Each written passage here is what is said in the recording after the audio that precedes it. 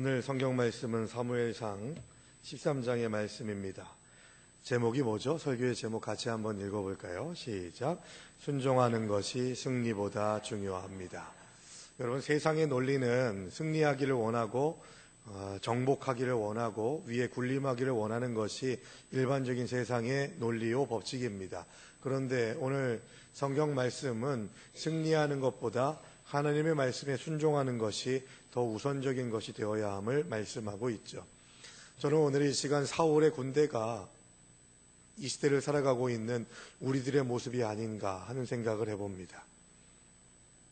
내세울 것 아무것도 없고 사방에 우겨싸고 있는 적들은 나보다 훨씬 더 강대한 것 같고, 그래서 어디로 가야 할지 어디에 있어야 할지 알지 못해서 내가 해야 될 것과 하지 말아야 될 것까지도 구분하지 못해서 함부로 인해 범죄하게 되는 일들을 서슴없이 했던 사울의 모습이 우리의 모습일 때가 참 많이 있다는 거죠.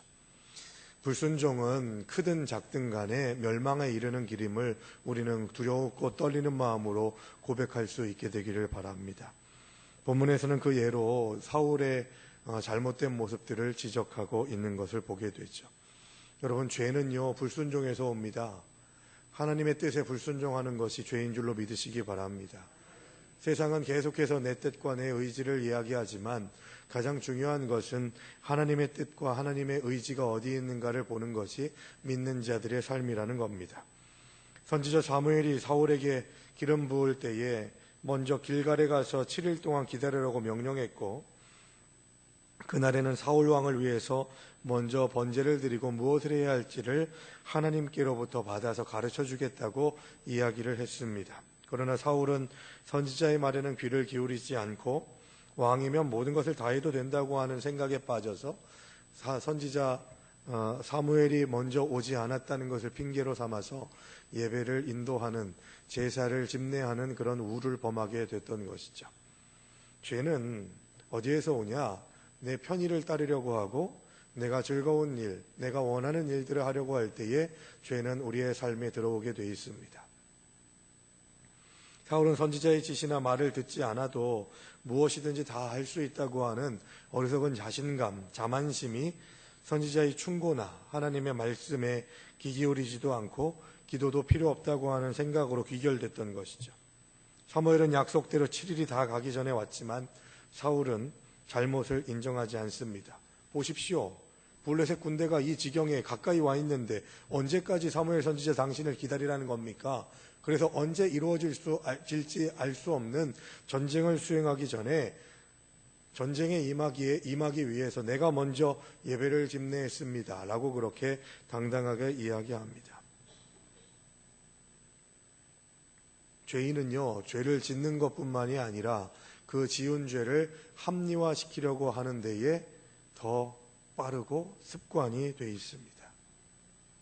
어떤 일들에 대해서 잘못된 것이 인정되면 그 잘못된 것에 대해서 고치기 위해서는 내가 지금 잘못했구나, 뭔가를 오해하고 있었구나, 내가 갔던 길이 옳은 길이 아니구나 라고 하는 것들을 알고 인식하는 것이 교정을 하고 회복하는 가장 중요한 요소가 되는 것이죠.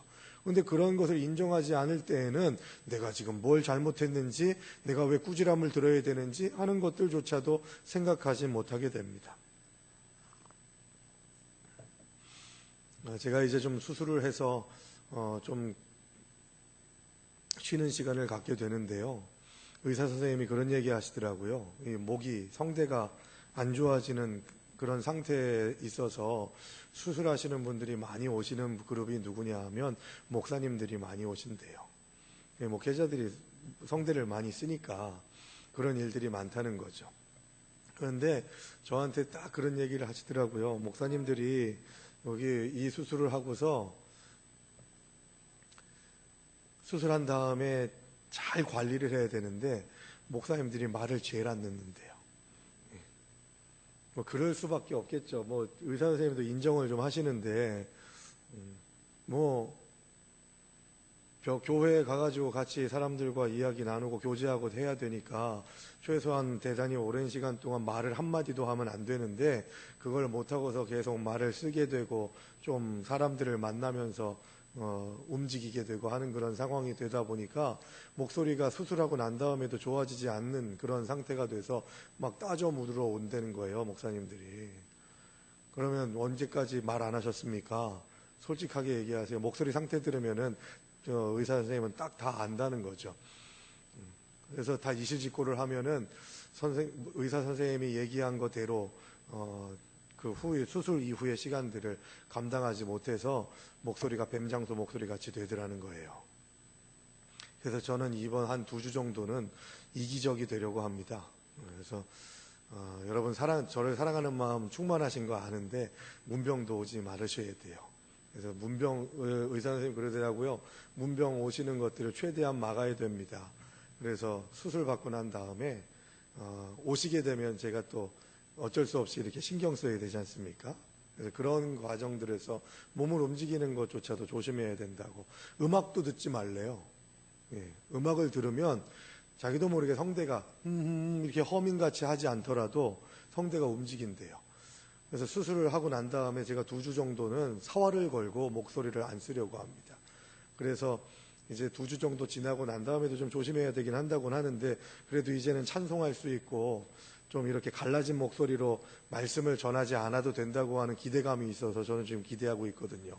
그래서 여러분 기도만 해주시면 제가 얼마나 큰 도움이 될까 그런 생각이 듭니다. 어찌 됐건 간에 여러분 하나님께 순종하는 자가 되려면 말을 들어야 돼요. 말을. 어쩔 수 없었어요 하면은 이게 회복이 안 된다니까요. 영적인 생활도 마찬가지입니다. 하나님이 말씀하시면 그대로 실천에 옮겨야 되는 거예요. 그대로 주님의 뜻대로 살겠다고 결단해야 돼요. 하나님의 뜻이 뭔지 압니다. 그런데 이러면 끝장나는 거예요.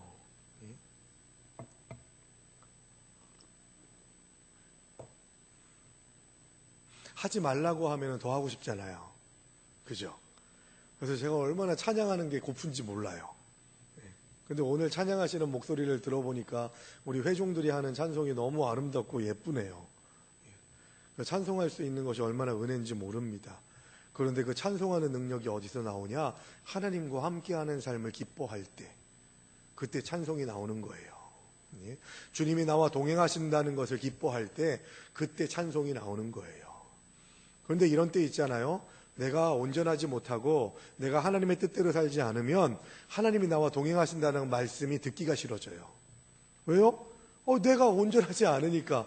하나님이 내 옆에서 나를 뚫어보시면 그러면 내 부족한 것, 나약한 것, 범죄하는 것, 걸려 넘어지는 것, 아직도 세상의 즐거움 때문에 끊어내지 못하는 것들을 주님께서 다 하시는데, 나와 함께 하신다고 하신 것, 나와 동행하신다고 하신 것, 나의 머리카락까지도 세심받으시다고 하는 그 말씀이 나에게 정말 듣기 싫은 말씀이 되는 이유는 내가 온전히 주님 앞에 서지 못하기 때문이라는 거죠. 주님 앞에 서지 못하면 주님의 숨결을 느끼는 것도 싫은데 어떻게 찬양이 나오냐고요. 찬송의 은혜는 바로 주님과 동행하는 기쁨을 경험하는 자들이 하는 것이라면, 우리의 삶이 하나님 앞에 온전히 세워지기를 원하는 고백이 있을 때 그때 찬송도 기쁨으로 할 수 있는 거라는 거예요. 난 부족하죠. 내가 언제 온전해지겠어요. 그러나 내가 부족하지만 그 부족함을 알고 있는 내가 그렇기 때문에 더더욱더 주님을 붙잡기를 원합니다 하는 고백을 가지고, 부족한 가운데에서도 주님의 옷자락을 놓지 않는 신앙 고백으로 주님을 따라가겠다고 하는 결단으로 나아가면 우리는 주님 안에 거하는 자가 될 수 있고 찬송이 넘쳐나는 삶을 살아가게 될 줄로 믿습니다. 우리의 삶이 이 악한 군대 같은 사울의 군대 같아요. 블레셋과의 수적으로도 열세죠. 600명밖에 남지 않았습니다. 거기다가 오늘 본문의 후반부에 보시게 되면 블레셋은 철을 만질 줄 아는 사람들이었는데 이 이스라엘 민족들은 청동기였던 거예요. 철기와 청동기의 만남, 뭐가 이기겠어요? 쇠로 칼을 만든 거하고 동으로 칼을 만든 거하고 어떤 게 더 강해요? 그런데 블레셋 사람들은 철기 문화를 가지고 있었고 이스라엘 민족들은 청동기 문화를 가지고 있었던 거예요. 블레셋 사람들이 독점했다는 겁니다. 그래서 전쟁을 하러 나갈 때 사울과 요나단 밖에는 철로 된 칼을 만지고 있지 않았다는 것은 무기에 관해서도 게임이 끝났다는 거예요. 여러분, 우리가 세상보다 뛰어납니까? 세상보다 탁월합니까? 세상에서 우리가 더 주도하고 영향력을 끼치려면 강해야 되는데 우리가 강하겠냐고요. 세상의 논리로 보면 내세울 거 없잖아요. 세상이 더 발전하고 더 화려합니다. 그런데 더 큰 문제는 뭐냐? 사울의 군대는 수적으로도 부족했어요. 무기에도 문제가 있었어요. 그런데 가장 치명적인 문제는 뭐냐? 바로 하나님이 떠난 군대였다는 겁니다. 이게 가장 치명적인 문제였던 거예요. 여러분, 수의 문제를 성경에서는 많이 극복합니다. 기드온의 300용사. 수적으로 도저히 감당할 수 없는 것이었습니다만 그럼에도 불구하고 하나님이 함께 하시니까 거기에서 승리를 경험하게 되는 것이죠. 무기요? 다윗이 골리앗 앞에 섰을 때 어떤 무기를 가져갔습니까? 돌팔매, 물맷돌 가지고 갔어요. 그러면서 어린 다윗이 뭐라고 얘기합니까? 골리앗에게 너는 칼과 단창으로 나를 대적하여 싸워 이기려 하지만 나는 만군의 여호와의 이름으로 너를 대적해서 승리할 것을 확신한다. 할렐루야. 수적인 문제 필요 없어요. 무기의 문제 필요 없어요. 돌멩이로도 그 골리앗을 때려잡았는데 뭐가 문제냐고요. 그런데 우린 계속해서 수의 문제를 가지고 얘기하고 무기의 문제를 가지고서 승리하느냐 그렇지 않느냐를 논해요. 제일 큰 문제는 뭐라고요? 하나님이 떠난 군대이냐 하나님이 함께 하시는 군대이냐 이건 거예요. 사울에게 있어서 가장 치명적인 것은 뭐냐? 사무엘을 통해서 하나님의 역사하심과 인도하심 안에 왕이라 할지라도 해야 될 것과 하지 말아야 될 것들이 구분되어 있음에도 불구하고 교만함 때문에 왕인데 내가 급하니까 내가 그냥 해제껴 버릴 거야. 이런 생각 때문에 하나님을 떠난 군대의 지휘관이 되어버리게 된 것입니다. 사울의 교만과 범죄함으로 인해서 하나님께서는 사울에게서 떠나십니다. 그래서 교만은 패망의 선봉이라고 이야기하는 거예요. 내가 하나님의 뜻 안에서 살면 하나님이 나와 함께 동행하시고 나를 든든히 세워주시지만 하나님의 뜻을 따르지 않고 불순종하게 되면 하나님은 떠나셔서 우리가 무너지게 되는 상황을 그대로 방치해 두십니다. 내버려 두시는 것이죠. 이스라엘은 모든 것이 없을지라도 오직 하나님만이 함께 하시면 어떤 싸움에서도 승리할 수 있었습니다. 우리도 마찬가지입니다. 어떤 상황과 환경에서도 수가 부족하건 무기가 부족하건 상황과 환경이 사방이 우겨쌈을 당하는 위기 상황이라 할지라도 그 안에 하나님이 동행하시면 우리는 승리할 줄로 믿습니다. 그 믿음이에요. 십자가의 공로 의지해서 나는 보잘것없지만 나를 구원하시는 전능하신 하나님께서 나와 함께 하신다고 하는 신앙 고백. 애굽에서 친히 이스라엘 민족들을 구원하셨고 광야 40년 시간 동안에 신발이 해지지 않고 발이 부르트지 않는 그런 은혜를 할 수 있도록 낮에는 구름 기둥으로 밤에는 불 기둥으로 인도하신 하나님의 역사하심을 우리는 알고 있습니다. 사울이 어떤 사람이었습니까? 하나님의 임재를 아는 자였어요. 예배의 능력을 아는 자였어요. 모르는 사람이 아니었다니까요. 예배의 능력을 알고 하나님의 임재의 은혜를 아는 자였지만 치명적인 문제는 뭡니까? 그 예배를 수단화시켰다는 데에 문제가 있는 거예요. 그 예배를 드리고 그렇게 예배를 해치우고 난 다음에 전쟁을 수행해야 그래야 이기겠지 하는 그런 생각으로 예배를 수단화합니다. 사무엘상 앞부분에 보시면 엘리의 두 아들, 제사장 아들인 홈리와 비느하스가 이 법궤를 가지고서 하나님의 임재의 상징인 법궤를 수단화하다 보니까 자신들의 영적인 상태나 신앙 고백의 문제에 대해서는 생각하지 않고 그냥 법궤를 가지고 가면 이런 세리머니를 하면 이벤트를 하면 우리가 이길 거야 하는 생각으로 예배를 하나님을 성령의 역사하심을 수단화하게 되다 보면 하나님께서 그것을 떠나게 되신다는 거예요. 사울의 삶은 하나님께서 이제는 떠나는 그런 징계를 내리셨습니다. 전쟁의 승리를 위해서는 많은 군사와 좋은 무기, 그게 중요한 게 아니라 하나님이 동행하시냐, 하나님과 함께 하는 영적 전쟁에 나아가고 있는가를 우리는 계속해서 점검해야 하는 것이죠. 주께서 주시는 그런 일상의 시간들 속에서 우리들에게 요구하시는 것은 무엇일까요? 하나님과의 나와의 관계를 연결하고 있는 끈을 팽팽하게 유지하는 겁니다. 그게 느슨해지지 않도록. 여러분, 물에 빠진 사람을 건져 보셨어요? 물에 빠진 사람을 뭘 딱 던져가지고 그 사람을 물살에서 밖으로 빼내려면 줄이 느슨해지면요, 그 사람이 당겨지질 않아요. 팽팽해야 되지 않습니까? 그래야 힘을 받아가지고 그 사람을 이렇게 끌어당기는 대로 무트로 가까이 오게 되는 거죠. 줄이 길게 늘어져 있으면 아무리 당겨도 움직이질 않습니다. 점점 더 가라앉게 되는 것이죠. 여러분, 우리의 신앙적인 그 끈이, 주님과 우리를 이어놓는 그 끈이 팽팽해야 돼요. 긴장감이 있어야 된다니까요. 그래야만 주님께서 끌고 가시는 대로 우리가 끌려갈 수 있는 겁니다. 주님께서 우리들에게 요구하시는 길로 나아가기 위해서 우리가 빠져나와야 될 늪 같은 세상의 상황과 환경이 얼마나 많이 있어요.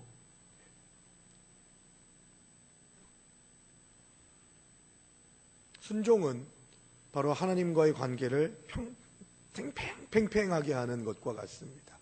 그래서 민감해지는 것이죠.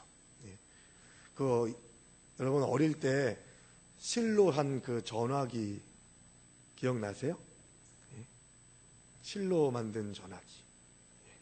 종이컵 이렇게 해가지고 실로 묶어가지고요. 그거 해보신 분은 아시죠? 여기에서 이렇게 얘기하면 저쪽에서 들리려면 어떻게 해야 돼요? 그 줄이 이렇게 늘어져 있으면 됩니까? 팽팽해야 돼요. 그래야 그 음파가 전달이 돼서 신기하게 하는 말이 전달이 되잖아요. 우리의 신앙의 그 끈을 팽팽하게 해놔야 돼요. 그래야 하나님의 말씀을 들을 수 있어요. 듣고 순종할 수 있어요. 사탄 마귀는 계속 느슨하게 만들려고 합니다. 느슨하게 만들다가 끊어버리려고 하죠. 이게 끊어졌냐 안 끊어졌냐도 어떻게 하면 알 수 있어요? 팽팽한 상태를 유지하면 이 끈이 끊어지는지 안 끊어지는지를 알아요. 그런데 느슨해져 있으면 끊어도 아무 느낌도 없는 거죠. 혹시 우리의 영적인 끈이, 하나님과 연결된 끈이 끊어져 있지는 않습니까?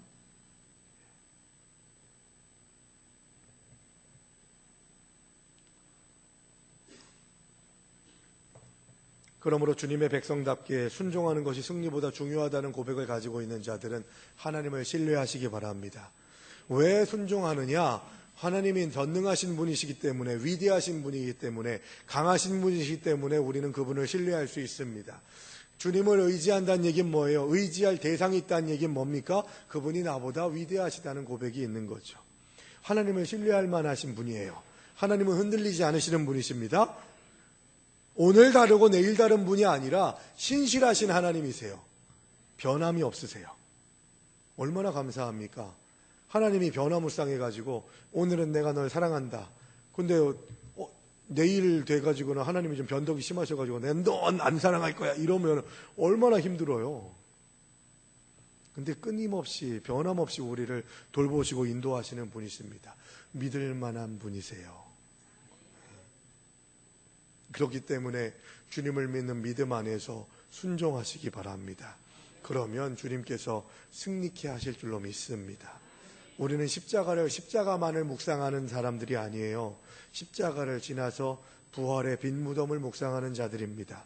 죽음을 이기는 권세를 하나님께서 우리에게 주신 그런 사람들이 저와 여러분임을 믿으시기 바랍니다. 골골대지 마세요. 하나님이 우리를 통해서 하실 일들이 얼마나 많은지 아십니까? 마귀가 쾌재를 부릅니다. 나는 못해요. 나는 안 돼요. 나는 무너졌어요. 도저히 일어날 수 없어요. 할 때마다 마귀는 쾌재를 부른다니까요. 전능하신 나의 주 하나님께서 나를 향해서 말씀하십니다. 믿는 자에게 능치 못함이 없다고 말씀하신다는 것이죠. 그 믿는 자에게 능치 못할 일이 없다고 하는 고백을 가지고 주님 앞에 순종하며 나아가게 될 때 우리를 승리의 길로 이끄시고 인도하시는 하나님의 역사하심을 이 사순의 계절에 더 구체적으로 느끼고 고백할 수 있게 되기를 바랍니다. 십자가를 빈 껍데기처럼 생각하는 것이 아니라 십자가를 통해서 나의 허무한 발걸음이 의미 있어지고 온전한 방향성을 세워나가는 놀라운 은혜가 나타날 수 있는 귀한 능력이, 귀한 은혜가 저와 여러분들의 삶에 가득하게 되기를 주님의 이름으로 축원합니다.